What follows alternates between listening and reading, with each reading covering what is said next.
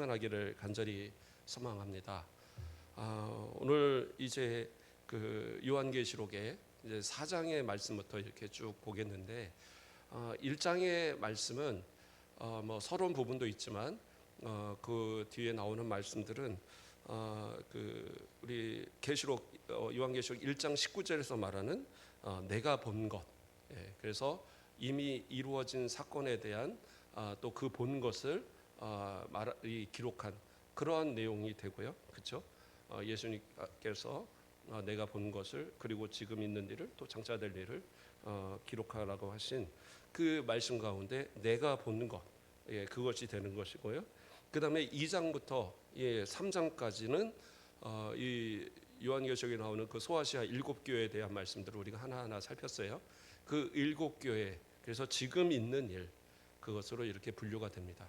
그 다음에 오늘 이 4장 1절부터 22장 5절까지의 말씀을 학자들은 이것을 장차 될 일로 이렇게 분류합니다. 그래서 이 4장부터 시작해서는 그 내용이 대단히 깊고 이해하기가 쉽지 않아요. 또 하나하나의 모든 그 나오는 이름이나 지명이나 인물들이 다 상징적인 뜻을 갖고 있어서 그 해석이 되게 분분합니다. 그래서 저도 이 말씀을 들을 때는 뭐 간단하죠. 들을 때는 이거구나 하고 들으시면 되는데 저도 제가 갖고 있는 뭐 주석들 한 5개를 다 펴놓고 다 비교해가면서 보고 있습니다. 그래서 좀 더디지만 또 상당히 깊이 있는 내용이고 또 잘못 전하면 안 되잖아요. 또 잘못된 말을 전하면 안 되니까 그러므로 듣는 이들도 아까 우리 권사님 기도하시면서 성령의 감동 받아서 우리 사자 목사님 말씀 잘 전하게 하고 우리 듣는 성도들이 깨닫게 해달라고 기도했는데 딱 제가 그 마음으로 지금 말씀을 준비한 거거든요. 그러니까 성도들 좀 어렵고 힘들 수 있어요. 요한계시록은 진짜 좀 어렵습니다. 다른 거는 다 그냥 대충 들어도 되는데 요한계시록은 대충 들으면 안 돼요. 그래서 좀 이 분량을 너무 길게 가지는 않겠습니다. 이렇게 좀 짧게 가되 또 이제 중요한 부분들은 좀 깊이 좀 살펴야 할 부분들이 있으니까 그렇게 생각하고 오늘 말씀을 우리가 함께 보기를 바랍니다. 오늘 본문의 말씀에 이 일 후에 내가 보니 이렇게 시작을 하고 있어요. 이 일 후에라는 것은 앞에 이제 이 7교회에 대한 예언의 말씀을 한 뒤에 또 시간이 흘러 어떤 때라고 우리가 볼 수도 있지만, 그러나 이 요한계시록이 이 그 장면이 바뀔 때, 또 어떤 그런 계시가 전혀 다른 계시로 바뀔 때 요한은 이런 표현을 계속 쓰고 있어요. 뒤에도. 그래서 이것은 이 사건, 이 말씀을 이 7교회에 전한 말씀 이후의 일이란 뜻도 되지만 이 장면이 바뀌어지는 새로운 그런 계시가 시작되고 있다는 의미 속에서도 이 일 후에라는 말을 사용하고 있는 겁니다. 그 다음에 내가 보니라는 말로 시작이 되는데요. 내가 본다라는 것. 그러니까 이 사건은, 그러니까 이 요한계시록의 이 말씀들은 실제로 바울이 보고 또 듣고 그 생각한 것을 기록한 거예요. 그러니까 무슨 얘기냐면, 물론 이 사건이 미래에 일어날 사건들이고 또 황산 중에 본 것이니까 그것이 직접 봤다 말하기는 좀 애매할 수 있어요. 그러나 성령의 역사로 감동으로 인해서 실제로 그 눈이 정말 내 눈앞에서 보는 것과 같은 모든 이루어지는 일들을 봅니다. 그래서 여기서 보면 예수님의 음성도 듣고 또 나중에서는 천사의 음성도 듣고, 천사가 심지어는 이렇게 막 숫자를 말해주고, 실제 자기가 다 셀 수 없으니까 이러면서 실제적인 어떤 경험들을 쭉 해가면서 기록된 겁니다. 그래서 바울은 이 요한은, 사도 요한은 이 말씀이 실제적인 말씀이다라는 것을 말하기 위해서 내가 보았다라는 말을 서두에 말하고 있는 겁니다. 그러면서 그곳에 뭐가 있었다고 그럽니까? 하늘에 열린 문이 있는데 이렇게 하고 있어요. 하늘, 여기서 말하는 하늘은 단순히 우리가 보는 저 구름 있는 하늘을 얘기하는 게 아니라 하나님의 나라, 천국을 의미하는 거죠. 하나님의 보좌가 있는 그 천국, 그 하늘에 열린 문이 있다. 그러니까 열린 문이라고 하니까 무슨 문이 있어갖고 대문이 막 이렇게 열리고 이렇게 우리는 보통 생각합니다. 물론 이것은 요한이 본 겁니다. 본 거니까 하나님께서 상징적으로 어떤 문을 보여주신 것 같아요. 그런데 그 문이 열려 있습니다. 여기서 열린 문이라는 이 열린이라는 말이요. 이것이 단순히 지금 열렸다는 의미 아니라 전에부터 계속 열려져서 앞으로도 계속 열려 있는 문이라는 의미입니다. 그런 의미 속에서 열린 문인데, 그러니까 이것이 의미하는 것은 뭐냐면 하나님의 계시가 지금 이 사도 요한에게, 성령을 통한 이 계시가 사도 요한에게 명확하게 주어지고 있다라는 그러한 어떤 통로적 개념 속에서 이 열린 문을 말씀하고 있는 거예요. 그래서 이 열린 문을 통하여서 요한은 그것을 환상 중에 올라가서 그 안에 이루어지는 모든 일을 다 바라봤어요. 그리고 그것을 기록한 것이거든요. 그래서 이것은 하나님의 계시, 이 계시가 이 사도 요한에게 정말 그 성령의 감동을 통하여서 직접적으로 주어지고 계신다라는 그러한 어떤 계시의 문, 계시의 통로의 개념 속에서 열린 문을 말씀하고 있는 거예요. 그냥 뭐 열린 문 봐도 큰 문제는 없는데 이것은 이제 해석하는 그 학자들의 해석을 함께 나눈 겁니다. 그래서 하늘에 저 천국의 문을 보는 거예요. 그 문이 열려 있고 그 열린 문을 통하여서 또 음성이 들립니다. 뭐가 들려요? 내가 들은 바 처음 내게 말하던 나팔 소리 같은 그 음성이 이르되, 나팔 소리 같은 음성, 그 음성은 어디서 나오는 음성입니까? 1장 10절의 말씀을 보면 그 1장 10절에 뭐라고 나옵니까? 주의 날에 내가 성령에 감동되어 내 뒤에서 나는 나팔 소리 같은 큰 음성을 들으니, 그러니까 이 말씀을 얘기하는 거예요. 처음 들었던 그 나팔 소리 같은 음성. 그런데 이 음성이 뭐라고 얘기를 했었어요? 이 음성은 바로 예수님께서 그 하시는 말씀입니다. 그 중간에 보면 내가 죽었다가 살아나는 자라는 것을 말씀하고 계세요. 그러므로서 이것은 예수님의 음성이고, 마찬가지로 여기서도 부활을 승천하신 예수님께서 지금 사도 요한을 향하여서 말씀하시는 음성입니다. 분명한 근거가 있기 때문에 이것은 분명한 예수님이에요. 그런데 이제 어떤 학자들은 이것이 천사라고 말하는 사람들도 있는데, 그러나 이제 성경이 분명히 근거하고 있고, 요한이 앞서서 말씀하신 그 7교회를 향하여 말씀하신 그 말씀의 주체인 그 큰 소리와 같은 그 나팔 소리와 같은 큰 소리로 말씀하신 예수님의 음성을 바로 이 음성이다라고 말하고 있기 때문에 이건 분명한 예수님의 음성입니다. 자, 그 음성이 이르되 뭐라고 그래요? 이리로 올라오라. 이리로 올라오라. 자, 지금 요한은 어디 있습니까? 밤모습에 유배되어서 거기서 있어요. 그리고 환상 중에 지금 이 성령의 감동하신 가운데 예수님의 음성을 들었고, 그리고 이 7교회에다 편지할 그런 내용도 다 받아 적었어요. 그리고 나서 이제 어디로 올라오래요? 저 하늘의 열린 문을 그 안으로 그 지금 요한을 초대하고 있는 겁니다. 그러니까 이제까지는 이 2, 3장에서는 지상에서의 교회들의 또 말씀하시는 예수님의 그러한 모습, 그 지상의 교회들을 다스리는 예수님의 모습을 중심으로 설명했다면, 이제 4장에서는 뭐예요? 저 천상으로 그 시점을 바꾸고 있어요. 그 천상의 교회라고 표현하게 되겠죠. 저 천상에 예수님께서 계시는, 하나님께서 다스리시는 그 교회를 천상의 교회로 그 시점을 지금 돌리고 있는 거예요. 그래서 이 지상에 있던 요한이 지금 저 하늘에 저 천국 하나님의 보좌가 있는 천상 교회로 지금 올라가는 겁니다. 자, 그러면 이 올라갔다는 것이 어떻게 올라갔을까요? 뭐 갑자기 뿅 하고 내 육신이 휴거를 해서 저 하늘로 올라갔다는 얘기입니까?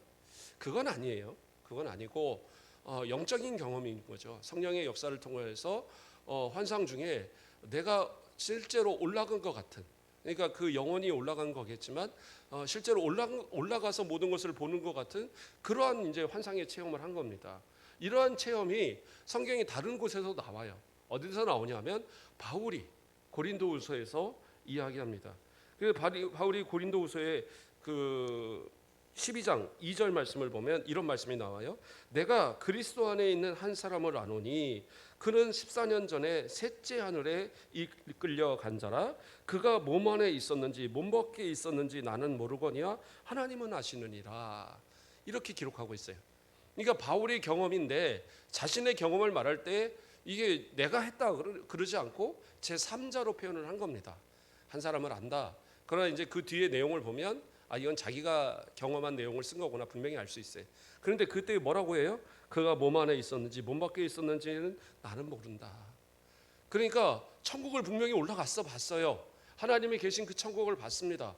그랬는데 이게 너무 확실하고 너무 이거는 생생하게 보았는데, 그런데 내가 이 땅에 몸이 있는데 이건 도대체 내 몸이 올라간 건지 아니면 내 영혼이 밖에 있었는지 이건 모른다 이거예요. 자기도 잘 모르겠다. 그런데 그것은 분명히 하나님은 아실 거다. 이렇게 이제 표현을 한 거예요. 그러니까 마찬가지로 사도 요한도 지금 이 사도 바울과 마찬가지로 그러한 체험을 한 겁니다. 보통은 뭐 오늘날 입신 뭐 이렇게도 얘기하는데 오늘날 입신과는 좀 다른 것 같아요. 제가 이제 입신 뭐 이렇게 경험하는 분을 한번 본 적이 있거든요. 예, 교회에서 막 같이 통성기도 하고 막 하다가 한 청년이 막 방언 기도하고 막 하다가 갑자기 쓰러져 갖고 그냥 막 계속 방언을 하면서 막 정신을 못 차리는 거예요. 그런데 나는 이제 깜짝 놀래고 있는데 그때 당시 담임 목사 전도사 때인데 담임 목사님하고 뭐 성도들이 뭐 아무렇지도 않게 전사님이 좀 같이 있다가 그러고 다 가버리시는 거예요. 그게 혼자 붙들고 한 시간쯤 있었던 것 같아요. 그랬더니 이제 깨더라고요. 그런데 자기도 뭔 생각인지도 모르고 그냥 쓰러졌는데 그게 이제 뭐 성령의 체험이라고 말하는 분도 있는데 이게 참 조심스러운 얘기입니다. 사실은 그런 어떤 이제 이 현상들에 대해서 모든 걸 다 성령의 역사로 볼 수는 없어요. 참 그 청년 이게 몸이 상당히 안 좋은 분들이 나타나는 현상들이 많이 있거든요. 육신적으로 좀 약한 분들이 그런 어떤 이 정신적인 어떤 이런 세계에 막 빠져 들어가다 보면 그런 경우들이 있어요. 물론 이제 성령의 역사도 있죠.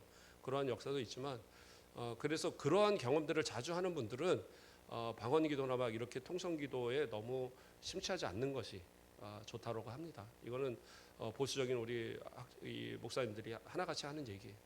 예, 육신적으로 별로 좋지 않아요. 예, 그래서 어떤 이제 질병도 많이 오기도 하기 때문에 조심해야 될 그런 부분 중에 하나입니다. 그런데 어쨌든 이 요한 같은 경우에는 명확하게 기억을 하고 명확하게 자신이 천국에 올라가서 예수님의 그 부르심을 따라 불려 올라가서 그 모든 것을 다 본 거예요. 그래서 이것은 어떻게 가능했느냐? 2절에 보면 뭐라고 나와요? 내가 곧 성령에 감동되었더니. 그러니까 이것은 오직 성령의 감동을 통해서만 가능한 거예요. 그러니까 성령의 감동을 통해서 그 확실한 하나님이 주시는 계시의 환상 속에 자신이 그 몸 밖에 어떻게 불려내어져서 저 천국에 올라가서 그 모든 광경을 본 거죠. 참 놀라운 경험일 것 같아요. 예, 정말 이러한 경험을 누가 이렇게 할까요? 사도 바울이 했다고 나오고 또 이 요한이 했다고 나오는데 정말 또 이러한 어떤 이 경험이 있다고 한다면 성도로서는 어떤 삶에 또는 복음을 전하는 증거의 어떤 증인으로서 참 큰 경험이 될 것 같아요. 그러나 오늘날은 이러한 경험이 거의 주어지지 않습니다. 왜? 이미 성경이 완성되었고 이 요한계시록을 통해서 앞으로 이루어질 일에 대해서 분명하게 계시하였기 때문에 더 이상은 이러한 경험을 하나님께서 이 성령 역사로 주지는 않으십니다. 그러나 우리는 이 말씀을 의지해서 또 다가올 주님의 재림을 고대하면서 우리는 말씀을 사모하고 또 지켜가야 될 그러한 우리의 신앙의 모습이 되어야 할 줄 믿습니다. 자, 다시 말씀으로 좀 깊이 들어가겠습니다. 그 음성이 들리되 이리 오라. 그 다음에 뭐예요? 이후에 마땅히 일어난 일들을 내가 내게 보이리라.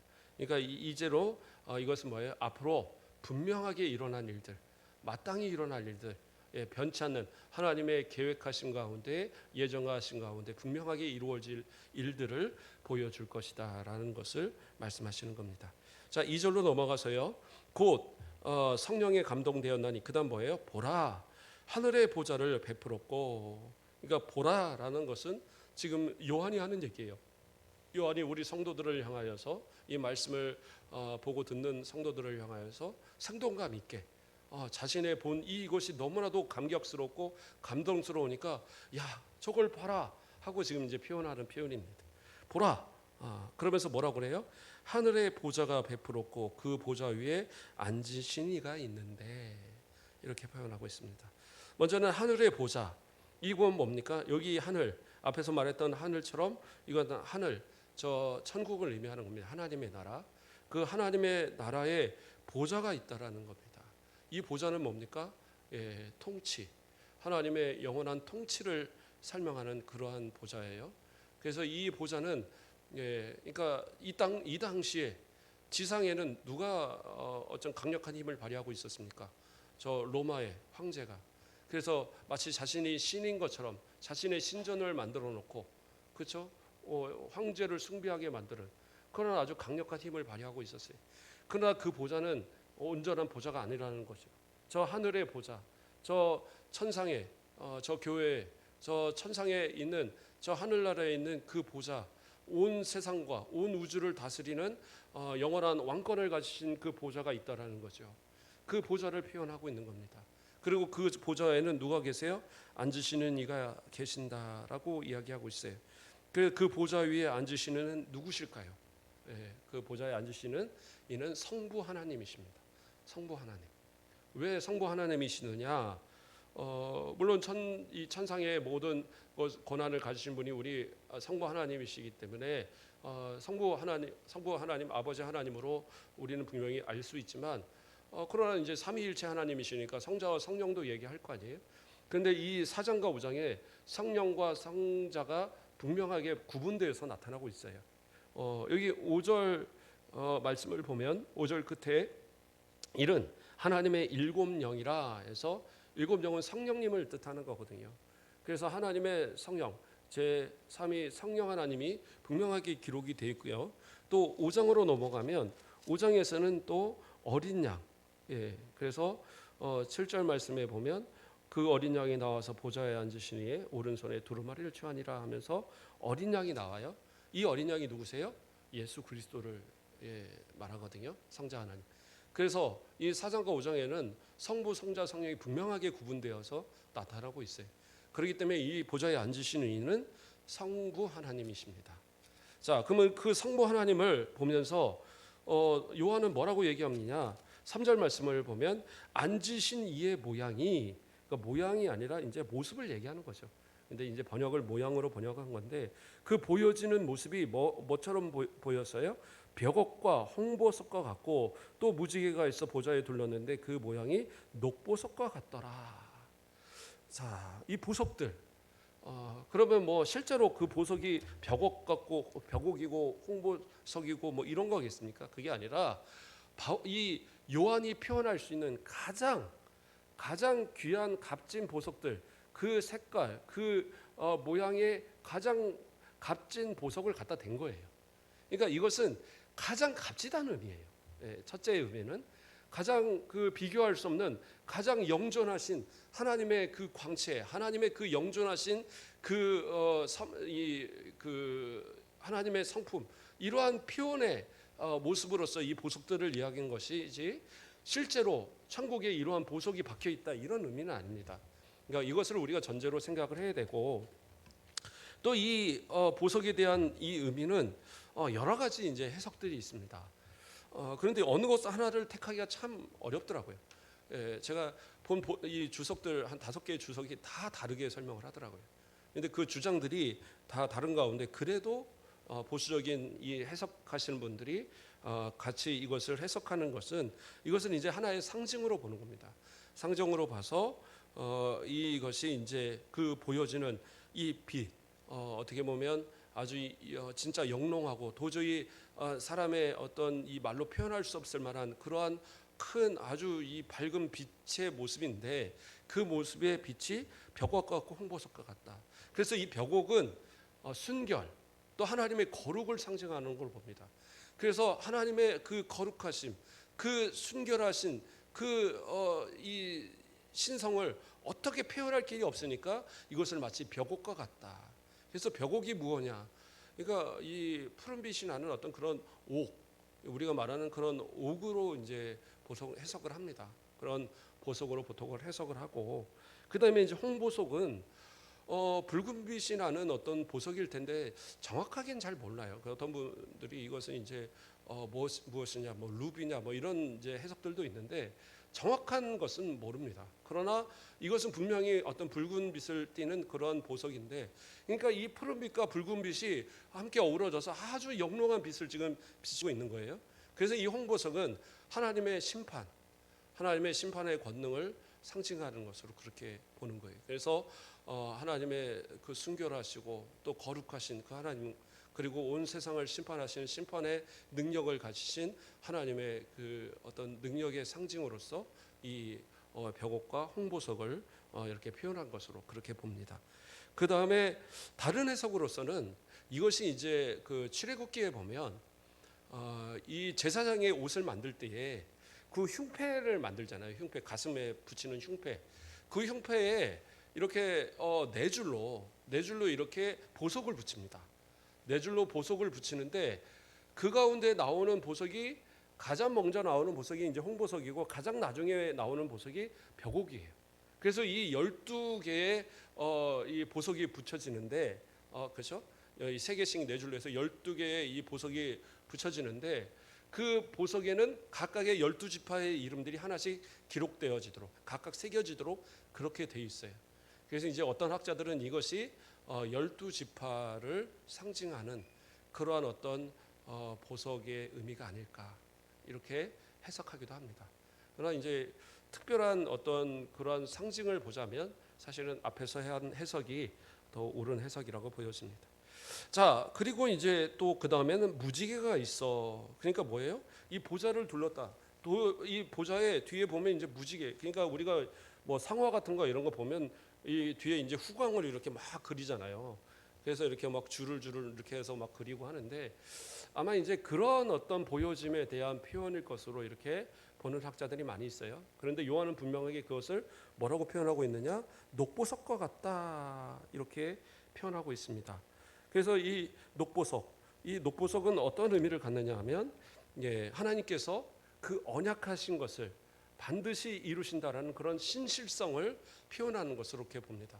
그래서 신실하신 그 녹색의 어떤 그런 의미를 부여해서 신실하신 그 언약을 반드시 이루시는, 그리고 이 예언의 말씀들을 반드시하게 이루어 주실 그러한 이 상징적 의미로 보기도 하고요.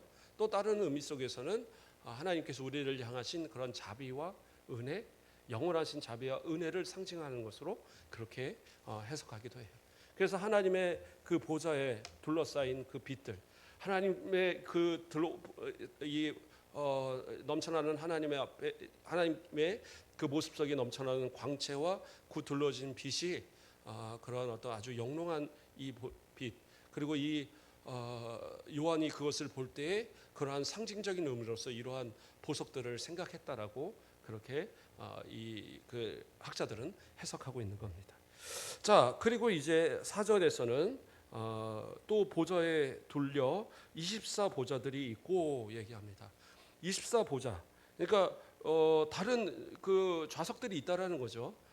그 하나님의 보좌에 둘러 있는 다른 또 이 좌석들이 있는 거예요. 앉아 있는 보좌들이, 그것이 24개가 있다라는 겁니다. 24개가 있고 거기에는 또 뭐예요? 그 보좌 위에 24장로들이 흰 옷을 입고 머리에 금관을 쓰고 앉았더라. 자, 그러면 24보좌와 24장로는 무엇을 뜻하는가? 이거는 정말 많습니다. 한 7가지, 8가지가 되더라고요. 그 해석이. 그것을 뭐 지금 다 설명하기는 너무 길고요. 그러나 이제 중요한 그 의미를 생각해 보면 24라는 의미는 12를 그러니까 2 곱한 숫자잖아요. 그래서 12라는 것은 보통 완전수를 의미합니다. 그래서 이것을 이제 주장하는 이 24보좌를 주장하는 분들 가운데는 이 12는 두 12는 하나는 이 12지파를 상징하고 하나는 12사도를 상징한다. 뭐 이렇게 주장하는 분들도 있어요. 그러나 그보다는 그냥 완전수로 보는 것이 맞을 것 같아요. 그래서 완전한 완전수.